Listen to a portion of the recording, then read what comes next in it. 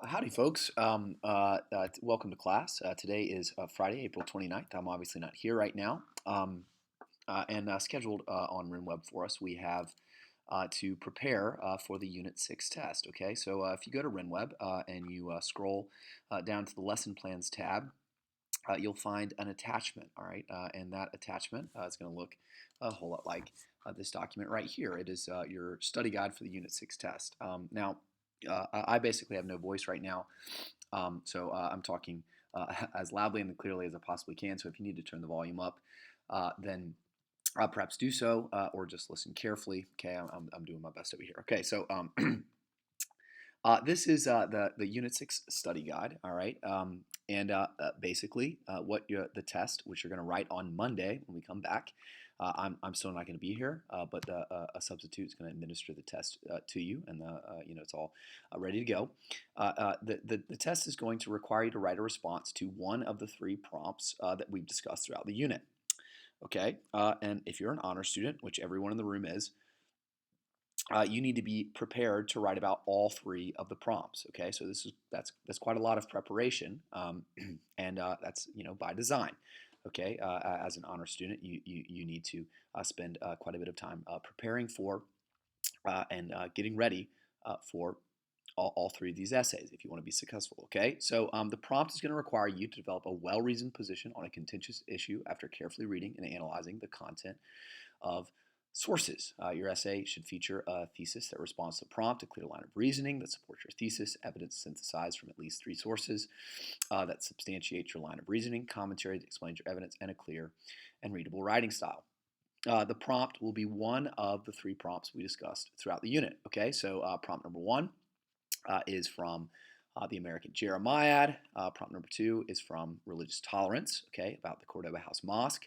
And prompt number three that we just finished talking about on Tuesday is about John Brown, memorializing him, patriot or terrorist, or somewhere in between. Okay, so what I want to do is just kind of talk us through a review session for this task. Okay, some core knowledge that you need to have, and a lot of this core knowledge is printed for you in the skills and knowledge section here, and this sort of writing process. But just forgive me. As I talk through this for you, or perhaps thank me if it helps you. Okay, so I want to start with just an overview of the task. Okay, what is synthetic argumentation, right? What is it to write a synthetic argument? Well, it's to write an argument, which is to say a well-reasoned series of assertions, all right, about a contentious issue that features the synthesis of outside sources as tools to develop your line of reasoning. Okay, what's your line of reasoning going to support? Of course, your central claim, right, that binds together your argument. We call that your thesis. Okay, so you need to have some sort of thesis that answers what is at issue in the prompt, and a series of supporting arguments or rationales that's organized into a line of reasoning that is substantiated by outside sources. Okay, so what kind of skills do you need to be good at this, right? What does it mean to be good at this, right? Well, first, you need some reading skills. Okay, you need to be able to contextualize a document in its rhetorical situation. Okay, contextualizing documents is something that we've been working on throughout the course of this unit. It means looking at the situation of each individual document, right? And then we need to be able to analyze a document's information. Okay, sometimes the documents are arguments, right? They're actually going to take a position on the contentious issue. Sometimes the documents are, say, contextualizing. Okay, like a letter from John Brown to his family. Now, is he trying to make a point in that letter? Like, yeah, he's trying to tell his family to, I don't know, read the Bible and to not grow weary of well doing. Okay, to continue serving the Lord. Fighting the good fight. Um, but that document is not about how he is going to be remembered necessarily, although it certainly shapes the way that we might memorialize him, okay, as we gain a sense of the kind of man that he was, the kind of words that he wrote just days before his execution. Okay, so we need to analyze the document, the information in the document, okay? And then finally, we need to be able to think synthetically about the document. This is sort of the linking process, right? Wherein you are linking the information in the document to the issue that is at stake in the synthetic argument. Okay, so contextualizing, analyzing, and synthesizing. That is, the three core reading skills that we I've been working on throughout the course of this unit. Okay, so what about writing skills? Like how do you need to be able to write? Okay, well, aside from the basics, like you need to be able to write in coherent sentences using like English language conventions. In a little more detail, you need to be able to write a thesis, an argumentative thesis that establishes a line of reasoning. Okay, your thesis should feature a central claim. So, what is your central claim going to do? Well, it's going to answer the core issue at stake in the conversation. Okay, so with respect to John Brown, it might be, right, how should we memorialize him? Your central claim is going to be an answer to that question, right? Should the Cordoba House Mosque be supported? Your central claim is going to be an answer to that question, right? To what extent has the American ideal changed over time? Okay, from what to what? Or has there been continuity? What is the continuity? What's the common thread?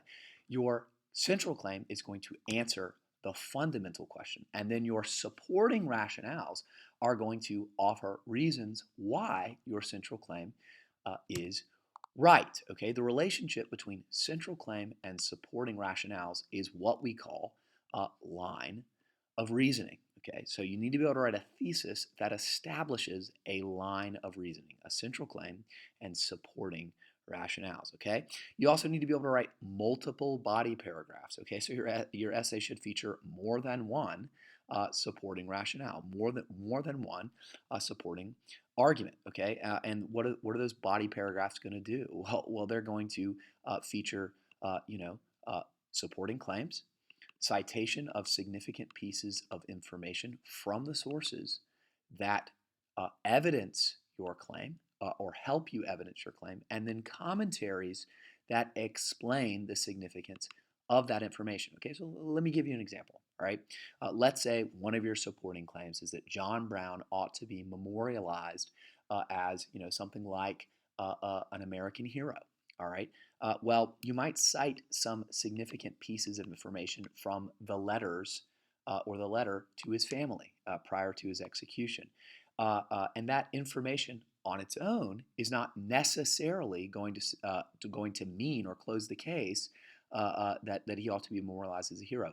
You're going to need to comment and explain how the evidence in those sources helps us view him in that way. You're going to have to rationalize or explain or comment on, analyze the significance of the evidence that you cited. Okay, that's what we call commentary. Okay, so all your body paragraphs should feature to some degree these three key elements: supporting claims, citation of significant pieces of information that's going to serve as evidence, and commentaries that explain the significance of that information. Okay, and like we talked about yesterday in class, this information, right, your evidence from the sources needs to be uh, quoted skillfully. Okay, your quotes need to be framed, which is to say, led into and transitioned out of. Your quotes should be integrated into coherent sentences, as we looked at examples of yesterday and hopefully learned a lot about. And your quotes should be balanced. All right, so when summary or paraphrase is more appropriate as opposed to lengthy direct quotations of like entire paragraphs of a text, right? Better served just to summarize and then emphasize maybe some key language, right? Integrate those key pieces of language into summaries and paraphrases. And of course, you always, always, always need to be properly citing all of your outside sources. Okay, for the purposes of your test, all you'll need to do is just put the last name of the author in a parenthetical citation at the end of each one of your sentences. Okay, so what about the prompts? Okay, what about the prompts? Well, you already know what the prompts are going to be, right? It's one of the three that we've talked about. Okay, and I want you to note that there is an updated and truncated list of the sources that are going to be on the test prompts. Okay, so for the American Jeremiah, there are 4. Okay, that's the least amount of sources of any of the 3 conversations. Source 1, Winthrop. Source 2, Douglas, Reagan, and Obama. All right, religious tolerance. We have 6 sources. Okay, error here. That's all right. Madison, Jefferson, Washington, Kennedy, Jacoby, and Bloomberg. And for John Brown, Patriot or Terrorist, we have the most sources. All right, Brown, Harper, Thoreau, Chowder, Reynolds, and Horowitz. Okay, so for each one of these prompts, and you ought to listen carefully now, the individual prompt is going to stipulate how many sources you need to cite from. There will be at least 3 for all 3, but some of them are 4. The religious tolerance calls for 4, and John Brown calls for 4 as well. So make sure whatever the prompt says, okay, whatever the prompt says, that you do. Okay, so follow the prompt as always. Okay, so we're almost done here, guys. This is it's not going to take a hugely long time here, but I want to review the writing process for synthesis arguments. Okay, so how should you prepare? What does the process look like to do this successfully and skillfully? Okay, well, first, when you get your prompt, as you're preparing for the test over the weekend, you ought to analyze all the prompts in detail. Okay, and identify what is at issue in each one of the prompts. What is the core issue of each prompt? What is the central issue that you need to take a stance on? Second, you need to read the sources, all right? All the relevant sources that are involved in the conversation. Contextualize each of them, analyze each of them, and synthesize each of them. So if you're just getting started, that's a lot of work. But lucky for you, all right, we've spent weeks in class doing just this, okay? So you should have these resources at your disposal if you've been taking good notes and paying attention in class, all right? Third, you need to establish a thesis that features a central claim and supporting rationales that you are going to base your body paragraphs about. Okay, so in other words, here's my stance on the issue, and here's the reasons why I'm right. Okay, or here are the things that after you observe should persuade you that my central claim is reasonable, that it is coherent and good. All right, so that's what you should do third. Okay, and fourth, you should outline your body paragraphs. Okay, planning what each body paragraph is going to accomplish. Right, I'll give you a hint. It ought to develop each one of your supporting rationales. If it doesn't, then you have a huge problem.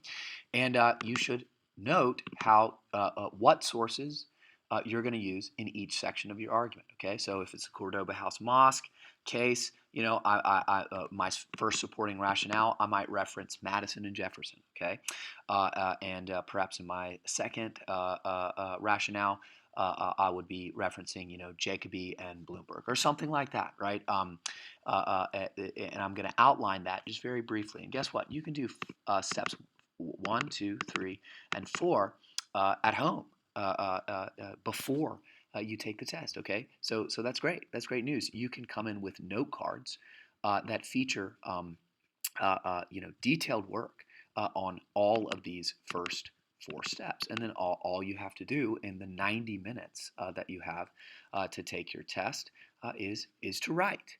Okay, so what should you do when you start writing, right? When you actually start putting pencil to paper or pen to paper, right? Well, you should introduce your thesis, right? Write an introduction to the issue, and then at the end of your first paragraph, of course, right? Conventionally, you're going to state your thesis. All right, what's that thesis going to include? Well, to say it for maybe the 4th time, a central claim and some supporting rationales. What do we call that? We call it your line of reasoning.